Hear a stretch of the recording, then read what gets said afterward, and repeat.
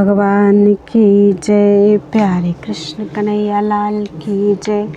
श्री योग वासिष्ठ महारामायण वैराग्य प्रकरण चल रहा है और आज है 26वां सर्ग। श्री राम जी बोले कि हे मुनीश्वर, जो जीने की आस्था रखते हैं वे मूर्ख हैं। जैसे कमल पत्र पर जल की बूंद नहीं ठहरती, वैसे ही आयु भी क्षणभंगुर है। जैसे वर्षा काल में दादुर बोलते हैं और उनका चंचल कंठ धड़कता रहता है, सदा फड़कता रहता है, वैसे ही आयु क्षण क्षण में चंचल हो जाती है। जैसे शिवजी के मस्तक में चंद्रमा की रेखा छोटी सी है, वैसे ही यह शरीर है। हे मुनीश्वर, जिसको इसमें आस्था है वह महामूर्ख है। यह तो काल का ग्रास है। जैसे बिल्ली चूहे को पकड़ लेती है, वैसे ही सबको काल पकड़ लेता है। जैसे बिल्ली चूहे को संभलने नहीं देती, वैसे ही काल सबको अचानक ग्रहण कर लेता है और किसी को नहीं भासता। हे मुनीश्वर, जब अज्ञान रूपी मेघ गरजता है, तब लोभ रूपी मोर प्रसन्न होकर नृत्य करता है। जब अज्ञान रूपी मेघ वर्षा करता है, तब दुख रूपी मंजरी बढ़ने लगती है। लोभ रूपी बिजली क्षण में उत्पन्न होकर नष्ट हो जाती है और तृष्णा रूपी जाल में फंसे हुए जीव रूपी पक्षी बड़े दुख पाते हैं, शांति को प्राप्त नहीं होते। हे मुनीश्वर, यह जगत रूपी बड़ा रोग लगा है, उसके निवारण करने का कौन सा उपाय है? जो पाने योग्य है और जिससे भ्रम रूपी रोग निवृत्त हो, वह उपाय कहिए। यह जगत मूर्ख को रमणीय दिखता है। ऐसे पदार्थ पृथ्वी, आकाश, देवलोक और पाताल में भी नहीं जो ज्ञानवान को रमणीय दिखे। ज्ञानवान को सब भ्रम रूपी भासता है और अज्ञानी जगत में आस्था करता है। हे मुनीश्वर, चंद्रमा में जो कलंक है उससे सुंदरता नहीं रहती। जब कलंक दूर हो जाए तब सुंदर लगे, वैसे ही मेरे चित्त रूपी चंद्रमा में काम रूपी कलंक लगा है, इसमें वह उज्ज्वल नहीं भासता। आप वही उपाय कहिए जिससे कलंक दूर हो। हे मुनीश्वर, यह चित्त बहुत चंचल है, स्थिर कदाचित नहीं होता। जैसे अग्नि में डाल दिया पारा उड़ जाता है, वैसे चित्त भी स्थिर नहीं होता, विषय की ओर सदा धावता है। इससे आप वही उपाय कहिए जिससे चित्त स्थिर हो। संसार रूपी वन में भोग रूपी सर्प रहते हैं और जीव को काटते हैं, उनसे बचने का उपाय कहिए। जितनी क्रिया हैं वे राग द्वेष के साथ मिली हुई हैं, इसमें वही उपाय कहिए जिससे राग द्वेष का प्रवेश ना हो और संसार समुद्र में पड़ के तृष्णा रूपी छल का स्पर्श ना हो। और ऐसा उपाय भी कहिए जिससे राग द्वेष का स्पर्श ना हो। मन में जो मन रूपी सत्ता है वह युक्ति से दूर होती है, अन्यथा दूर नहीं होती। उसकी निवृत्ति के अर्थ आप मुझसे युक्ति कहिए और आगे जिसको जिस प्रकार निवृत्ति हुई है और जिस प्रकार आपके अंतःकरण में शीतलता हुई है वह कहिए। हे मुनीश्वर, जैसे आप जानते हैं सो कहिए और जो आपने ही वह युक्ति नहीं पाई, तब मैं तो कुछ नहीं जानता। मैं सब त्याग कर निरहंकार हो रहूँगा और जब तक वह युक्ति मुझको नहीं प्राप्त होगी, तब तक मैं भोजन, जलपान और स्नान आदि क्रिया और किसी संपदा और आपदा का कार्य ना करूँगा। निरहंकार होऊंगा। यह ना मेरी देह है और ना मैं देव हूँ, सब त्याग के बैठा रहूँगा। जैसे कागज के ऊपर मूर्ति चित्रित होती है, वैसे ही हो रहूँगा। श्वास आते जाते आप ही क्षीण हो जाएंगे। जैसे तेल बिना दीपक बुझ जाता है, वैसे ही अनर्थवान देव निर्वाण हो जाएगा, तब महाशांति पाऊँगा। इतना कहकर वाल्मीकि जी बोले, हे भारद्वाज। ऐसा कहकर श्री राम जी चुप हो रहे। जैसे बड़े मेघ को देखते ही मोर शब्द करके चुप हो जाता है। इति श्री योग वासिष्ठे वैराग्य प्रकरणे अनन्य त्याग दर्शन नाम षड्विंशतितमः सर्गः। बोलो वृंदावन बिहारी लाल की जय। इतना कहकर वाल्मीकि जी बोले, हे पुत्र, जब इस प्रकार रघुवंश रूपी आकाश के रामचंद्र रूपी चंद्रमा बोले, तब सब मौन हो गए और सबके रोम खड़े हो गए, मानो रोम भी खड़े होकर राम जी के वचन सुनते हैं। और सभा में जितने बैठे थे वे सब निर्वासना रूपी अमृत के समुद्र में मगन हो गए। वशिष्ठ, वामदेव, विश्वामित्र आदि जो मुनीश्वर थे और दृष्टि आदिक मंत्री राजा दशरथ और मंडलेश्वर, चाकर, नौकर और माता कौशल्या आदि सब मौन हो गए, अर्थात अचल हो गए। पिंजड़े में जो तोते और बगीचे में पशु आदि थे, जो पक्षी आलय में बैठे थे, वे भी सुनकर मौन हो गए। आकाश के पक्षी जो निकट थे, वे भी स्थिर हो गए, और आकाश में देव, सिद्ध, गंधर्व, विद्याधर और किन्नर भी आके सुनने और फूलों की वर्षा करने तथा सब धन्य धन्य शब्द करने लगे। उस समय फूलों की ऐसी वर्षा हुई मानो बर्फ की वर्षा होती है, और क्षीर समुद्र के तरंग उछलते आते थे, मानो मोती की माला की वृष्टि होने लगी। जैसे माखन के पिंड उड़ते हों, इस प्रकार आधी घड़ी पर्यंत फूलों की वर्षा हुई और बड़ी सुगंध फैली। फूलों पर भंवरे फिरने लगे और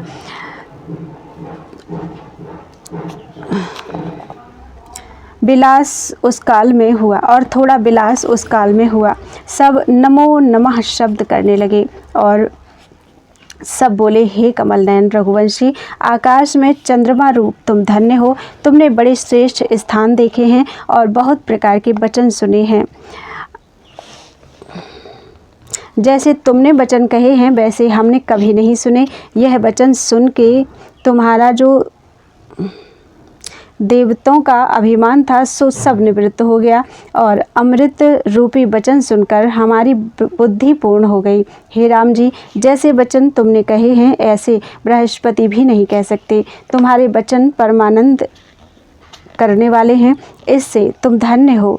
इति श्री योग वासिष्ठे वैराग्य प्रकरणे सिद्ध समाज वर्णन नाम सप्तविंशतितमः सर्गः। बोलो वृंदावन बिहारी लाल की जय। वाल्मीकि जी बोले, हे भरद्वाज, सिद्ध ऐसे वचन कह के विचारने लगे।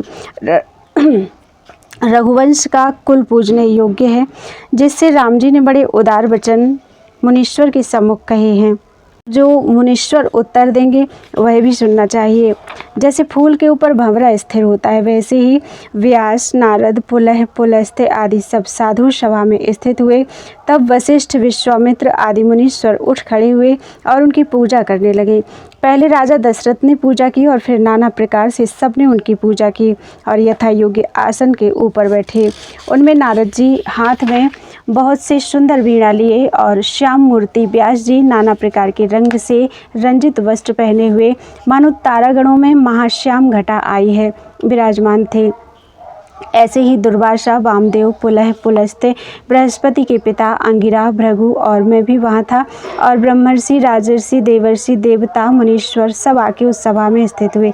किसी की बड़ी जटा को मुकुट पहने, कोई रुद्राक्ष की माला और कोई मोती की माला पहने, किसी के कंठ में रत्न की माला और हाथ में कमंडलू और मृगछाला, किसी के महासुंदर वस्त्र, किसी की कटी पे कौपीन और किसी की कटी पे स्वर्ण की जंजीर थी। ऐसे बड़े बड़े तपस्वी जो वहाँ आके बैठे थे, उनमें कोई राजसी और कोई सात्विक स्वभाव के थे, और सब विद्वान वेद के पढ़ने को प्राप्त हुए।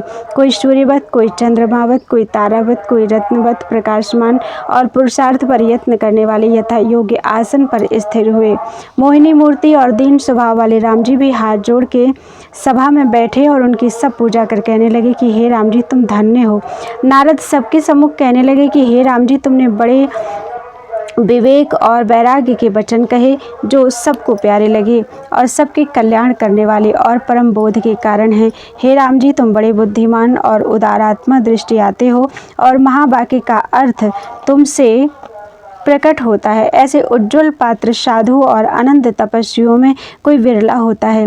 जितने मनुष्य हैं वे सब पशु से दृष्टि आते हैं, क्योंकि जिस संसार समुद्र के पार होने की इच्छा है और जो पुरुषार्थ पर यत्न करता है, वही मनुष्य है। हे साधु, वृक्ष तो बहुत होते हैं, परंतु चंदन के वृक्ष कोई होता है। वैसे ही शरीरधारी बहुत हैं, परंतु ऐसा विद्वान बिरला ही होता है, और सब अस्थि मांस रुधिर के पुतले से मिले हुए भटकते फिरते हैं। जैसे तंत्र की पुतली होती है, वैसे ही अज्ञानी जीव है। हाथी तो बहुत हैं, परंतु विरले के मस्तक से मोती निकलता है। वैसे ही मनुष्य तो बहुत हैं, परंतु पुरुषार्थ पर यत्न करने वाला कोई विरला होता है। जैसे वृक्ष बहुतेरे हैं, परंतु लवंग का वृक्ष कोई विरला ही होता है, वैसे ही मनुष्य बहुत हैं, परंतु ऐसा कोई विरला ही होता है। ऐसे पात्र से थोड़ा अर्थ कहा भी बहुत हो जाता है। जैसे तेल की बूंद थोड़ी ही जल में डालिए तो फैल जाती है, वैसे ही थोड़े वचन तुम्हारे हिये में बहुत होते हैं। तुम्हारी बुद्धि बहुत विशेष है और दीपक सी प्रकाश वाली और बोध का परम पात्र है। कहने मात्र से ही तुमको शीघ्र ज्ञान होवेगा, और जो हमारे सामने तुमको ज्ञान ना हो तो जानना कि हम सब मूर्ख बैठे हैं। इति श्री योग वासिष्ठे वैराग्य प्रकरणे मुनि समाज वर्णनम अष्टाविंशतितमः सर्गः समाप्तम। इदम वैराग्य प्रकरणम। वैराग्य प्रकरण पूरा हुआ। बोलो वृंदावन बिहारी लाल की जय। श्री परमात्मने नमः। श्री योग वासिष्ठ महारामायण द्वितीय मुमुक्षु प्रकरण प्रारंभ। वाल्मीकि जी बोले, हे साधो, ये वचन परमानंद रूप हैं और कल्याण के कर्ता हैं। इसमें सुनने की प्रीति तब उपजती है जब अनेक जन्म के बड़े पुण्य इकट्ठे होते हैं। जैसे कल्प वृक्ष के फल को बड़े पुण्य से पाते हैं, वैसे ही जिसके बड़े पुण्य कर्म इकट्ठे होते हैं उसकी प्रीति इन वचनों के सुनने में होती है, अन्यथा नहीं होती। ये वचन परम बोध के कारण हैं। वैराग्य प्रकरण के 1500 श्लोक हैं। हे भारद्वाज, इस प्रकार जब नारद जी ने कहा तब विश्वामित्र जी बोले कि हे ज्ञानवान में श्रेष्ठ राम जी, जितना कुछ जानने योग्य था सो तुमने जाना है। इसमें अब तुम्हें जानना और नहीं रहा, पर उसमें विश्राम पाने के लिए कुछ मार्जन करना है। जैसे अशुद्ध आदर्श की मलिनता दूर करने से मुख स्पष्ट भासता है, वैसे ही कुछ उपदेश की तुमको अपेक्षा है। हे राम जी, आप ही के सदृश भगवान व्यास जी के पुत्र सुखदेव जी हुए हैं। वह भी बड़े बुद्धिमान थे। उन्होंने जो जानना योग्य था सो जाना था, पर विश्राम के निमित्त उनको भी अपेक्षा थी, सो विश्राम को पाकर शांत हुए थे। इतना सुन राम जी ने पूछा, हे भगवान, सुख जी कैसे बुद्धिमान और ज्ञानवान थे, और कैसी विश्राम की अपेक्षा उनको थी, और फिर कैसे उन्होंने विश्राम पाया, सो कृपा करके कहिए। विश्वामित्र जी बोले कि हे राम जी, अंजन के पर्वत के समान और सूर्य के सदृश प्रकाशवान भगवान व्यास जी स्वर्ण के सिंहासन पर राजा दशरथ के यहाँ बैठे थे। उनके पुत्र शुक जी सब शास्त्रों के वेत्ता थे और सत्य को सत्य और असत्य को असत्य जानते थे। उन्होंने शांति और परमानंद रूप आत्मा में विश्राम न पाया। तब उनको विकल्प उठा कि जिसको मैंने जाना है सो ना होगा, क्योंकि मुझको आनंद नहीं भासता। यह संशय करके एक काल में व्यास जी जो सुमेरु पर्वत की कंदरा में बैठे थे, तिनके निकट आकर कहने लगे, हे भगवान, यह संसार सब भ्रमात्मक कहाँ से हुआ है, इसकी निवृत्ति कैसे होगी, और आगे कभी इसकी निवृत्ति हुई है सो कहो। हे राम जी, जब इस प्रकार शुक जी ने कहा तब विद्वद वेद शिरोमणि वेद व्यास जी ने तत्काल उपदेश किया। सुख जी ने कहा, हे भगवान, जो कुछ तुम कहते हो वह तो मैं आगे से ही जानता हूँ, इससे मुझको शांति नहीं होती। हे राम जी, तब सर्वज्ञ वेद व्यास जी विचार करने लगे कि इसको मेरे वचन से शांति प्राप्त ना होगी, क्योंकि पिता पुत्र का संबंध है। ऐसा विचार करके व्यास जी कहने लगे, हे पुत्र, मैं सर्व तत्वज्ञ नहीं, तुम राजा जनक के निकट जाओ। वे सर्व तत्वज्ञ और शांतात्मा हैं, उनसे तुम्हारा मोह निवृत्त होगा। तब सुखदेव जी वहाँ से चलकर मिथिला नगरी में आए और राजा जनक के द्वार पर स्थित हुए। द्वारपाल ने जाकर जनक जी से कहा कि व्यास जी के पुत्र शुक जी खड़े हैं। राजा ने जाना कि इनको जिज्ञासा है, इसलिए कहा कि खड़े रहने दो। इसी प्रकार फिर द्वारपाल ने जा कहा और 7 दिन उन्हें खड़े ही बीत गए। तब राजा ने फिर पूछा कि शुक जी खड़े हैं कि चले गए। द्वारपाल ने कहा खड़े हैं। राजा ने कहा आगे ले आओ। तब वे उनको आगे ले आए। उस दरवाजे पर भी वे 7 दिन खड़े रहे। फिर राजा ने पूछा कि शुक जी हैं? द्वारपाल ने कहा कि हाँ खड़े हैं। राजा ने कहा कि अंतःपुर में ले जाओ और नाना प्रकार के भोग भोगताओ। तब वे उन्हें अंतःपुर में ले गए। वहाँ स्त्रियों के पास भी वे 7 दिन तक खड़े रहे। फिर राजा ने द्वारपाल से पूछा कि उनकी अब कैसी दशा है और आगे कैसी दशा थी। द्वारपाल ने कहा कि आगे वे निरादर से न शोकवान हुए थे और न अभोग से प्रसन्न हुए। वे तो इष्ट अनिष्ट में समान हैं। जैसे मंद पवन से मेरु चलायमान नहीं होता, वैसे ही यह बड़े भोग व निरादर से चलायमान नहीं हुए। जैसे पपीहे को मेघ के जल के बिना नदी और ताल आदि के जल की इच्छा नहीं होती, वैसे ही उनको भी किसी पदार्थ की इच्छा नहीं है। तब राजा ने कहा उन्हें यहाँ ले आओ। जब सुख जी आए तब राजा जनक ने उठ के खड़े होकर प्रणाम किया। फिर जब दोनों बैठ गए तब राजा ने कहा, हे मुनीश्वर, तुम किस निमित्त आए हो? तुमको क्या वांछा है सो कहो, उसकी प्राप्ति मैं कर दूँ। श्री शुक जी बोले, हे गुरु, यह संसार का आडंबर कैसे उत्पन्न हुआ और कैसे शांत होगा, सो तुम कहो। इतना कहकर विश्वामित्र जी बोले, हे राम जी, जब इस प्रकार सुखदेव जी ने कहा तो जनक ने यथा शास्त्र उपदेश जो कुछ व्यास जी ने किया था सो ही कहा। यह सुन सुख जी ने कहा कि भगवान, जो कुछ तुम कहते हो सो ही मेरे पिता भी कहते हैं, सो ही शास्त्र भी कहता है, और विचार से मैं भी ऐसा ही जानता हूँ कि यह संसार अपने चित्त से उत्पन्न होता है और चित्त के निर्वेद होने से भ्रम की निवृत्ति होती है, पर मुझको विश्राम प्राप्त नहीं होता है। जनक जी बोले, हे मनुष्यर, जो कुछ मैंने कहा और जो तुम जानते हो इससे पृथक उपाय ना जानना और ना कहना ही। यह संसार चित्त के संवेदन से हुआ है। जब चित्त फुरने से रहित होता है तब भ्रम निवृत्त हो जाता है। आत्म तत्व नित्य शुद्ध परमानंद स्वरूप केवल चैतन्य है। जब उसका अभ्यास करोगे तब तुम विश्राम पाओगे। तुम अधिकारी हो क्योंकि तुम्हारा यत्न आत्मा की ओर है, दृश्य की ओर नहीं। इससे तुम बड़े उदार आत्मा हो। हे मुनीश्वर, तुम मुझको व्यास जी से अधिक जान मेरे पास आए हो, पर तुम मुझसे भी अधिक हो, क्योंकि हमारी चेष्टा तो बाहर से दृष्टि आती है और तुम्हारी चेष्टा बाहर से कुछ भी नहीं, पर भीतर से हमारी भी इच्छा नहीं है। इतना कह विश्वामित्र जी बोले कि हे राम जी, जब इस प्रकार राजा जनक ने कहा तब सुख जी ने निस्संग निष्प्रयत्न और निर्भय होकर सुमेरु पर्वत की कंदरा में जाकर 10 सहस्त्र वर्ष तक निर्विकल्प समाधि की। जैसे तेल बिना दीपक निर्वाण हो जाता है, वैसे ही वे भी निर्वाण हो गए। जैसे समुद्र में बूंद लीन हो जाती है और जैसे सूर्य का प्रकाश संध्या काल में सूर्य के पास लीन हो जाता है, वैसे ही कलना रूप कलंक को त्याग कर वे ब्रह्म पद को प्राप्त हुए। इति श्री योग वासिष्ठे मुमुक्षु प्रकरणे मुनिशुक निर्वाण वर्णन नाम प्रथम सर्गः। बोलो वृंदावन बिहारी लाल की जय। विश्वामित्र जी बोले कि हे राजा दशरथ, जैसे सुख जी शुद्ध बुद्धि वाले थे वैसे ही राम जी भी हैं। जैसे शांति के निमित्त उनको कुछ मार्जन कर्तव्य था, वैसे ही राम जी को भी विश्राम के निमित्त कुछ मार्जन चाहिए, क्योंकि आवरण करने वाले जो भोग हैं उनसे उनकी इच्छा निवृत्त हुई है और जो कुछ जानने योग्य था सो जाना है। अब हम कोई ऐसी युक्ति करेंगे जिससे इनको विश्राम होगा। जैसे सुख जी को थोड़े से मार्जन से शांति की प्राप्त हुई थी, वैसे ही इनको भी होगी। हे राजन, जैसे ज्ञानवान को आध्यात्मिक आदि दुख स्पर्श नहीं करते, वैसे ही राम जी को भी भोग की इच्छा नहीं स्पर्श करती। भोग की इच्छा सबको दीन करती है, इसी का नाम बंधन है, और भोग की वासना का क्षय करना ही मोक्ष है। ज्यों ज्यों भोग की इच्छा करता है त्यों त्यों लघु होता जाता है, और ज्यों ज्यों भोग वासना क्षय होती है त्यों त्यों गरिष्ठ होता जाता है। जब तक आत्मानंद का प्रकाश नहीं होता तब तक विषय की वासना दूर नहीं होती, और जब आत्मानंद प्रकाश होता है तब विषय वासना कोई नहीं रहती। जैसे मरुस्थल में वेली नहीं उत्पन्न होती, वैसे ही ज्ञानवान को विषय वासना की उत्पत्ति नहीं होती। हे साधो, ज्ञानवान किसी फल की इच्छा से विषय भोग का त्याग नहीं करता, स्वभाव से ही उसकी विषय वासना चली जाती है। जैसे सूर्य के उदय होने से अंधकार का अभाव हो जाता है, वैसे ही राम जी को अब किसी भोग पदार्थ की इच्छा नहीं रही।